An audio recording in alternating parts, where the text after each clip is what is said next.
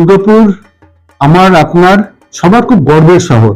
Even বাইরে থেকে যারা আসে, মানে যারা কলকাতা থেকে মেট্রো সিটিতে থাকে, তারা পর্যন্ত বলে, খুব গর্বের সঙ্গে বলছে, তারাও বলে যে দাদা রিটায়ারমেন্টের পরে দুর্গাপুরে এসে থাকবো ভাবছে। তো এটা মানে আমার তো নিজের গর্ব হয়, এবং তারা সেই রকম উঁচু স্ট্যাচারের লোকজন। তো এবং সেই যে ধারাবাহিকতাটা আমাদের কিন্তু সেটা বজায় রেখে চলতে হবে। একটা কথা মনে রাখতে হবে, ধর্ম যার যার, উৎসব সবার।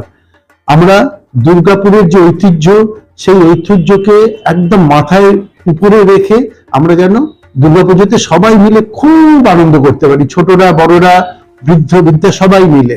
এবং আবারও বলছি, জয় দুর্গাপুরের জয়। সবাই ভালো